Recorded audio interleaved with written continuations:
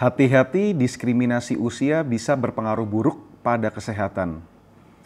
Ageism adalah bentuk stereotip atau diskriminasi terhadap seseorang berdasarkan usianya. Diskriminasi ini bisa berpengaruh negatif terhadap mental seseorang. WHO sendiri membuktikan ageism bisa menyebabkan penyakit jantung dan penurunan produktivitas diri. Ngeri juga nih.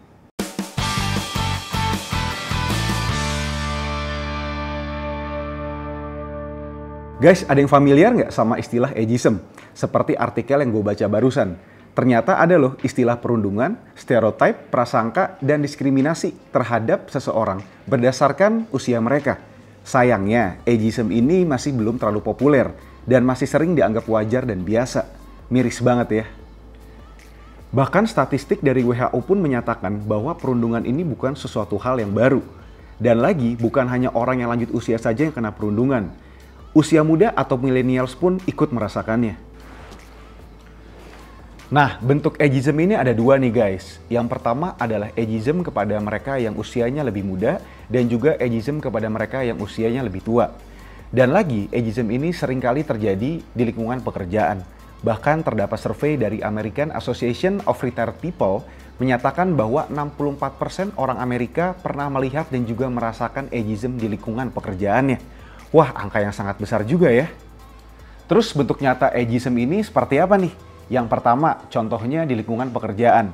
Kita sama-sama tahu bahwa di lapangan pekerjaan sekarang banyak sekali kaum milenial yang mendominasi. Dan kita juga sering melihat bahwa adanya senior di kantor kita biasanya jarang diberikan pekerjaan penting atau pekerjaan yang berat.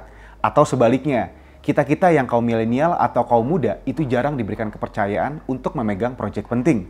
Eits, tunggu dulu, mungkin maksudnya baik, tapi bisa jadi itu adalah bentuk dari ageism. Kadang stereotip seperti, sudah tua, kasihan atau takutnya capek atau stres diberikan pekerjaan, atau masih muda, pekerjaannya nggak akan beres.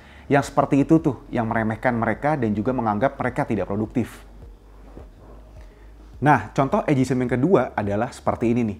Kalian pernah dengar nggak karyawan muda di kantor kalian bercanda ke karyawan yang lebih senior mengatakan seperti ini, cepet tua lu mas, bentar lagi pensiun sih.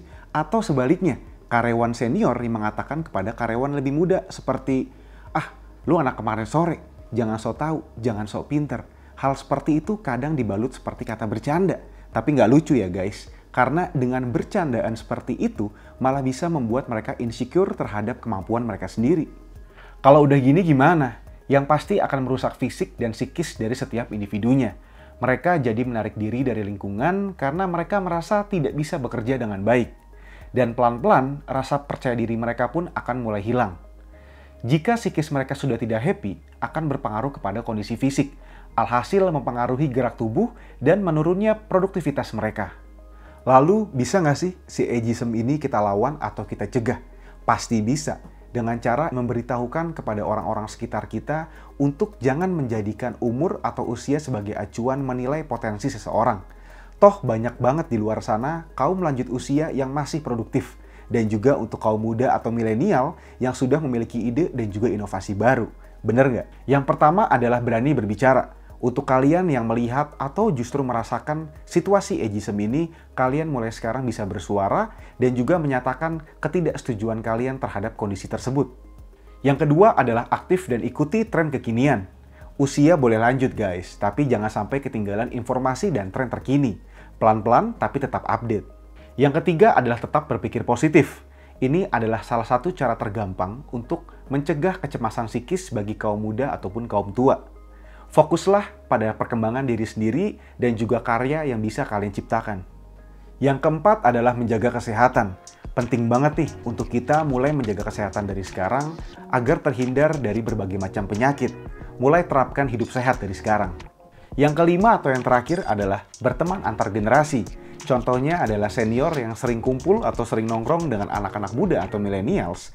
Tujuannya adalah untuk mendapatkan atau belajar hal baru dan juga terupdate. Atau sebaliknya, anak-anak muda bisa mendapatkan pengalaman dari para seniornya. Ya, seperti simbiosis mutualisme. Yuk kita sama-sama menjadi generasi yang tidak memandang seseorang berdasarkan usianya. Dan untuk kalian yang sudah pernah merasakan ageism, harus tetap semangat dan positive thinking. Jangan lupa subscribe YouTube channel Satu Indonesia untuk mendapatkan update video-video lainnya. See you!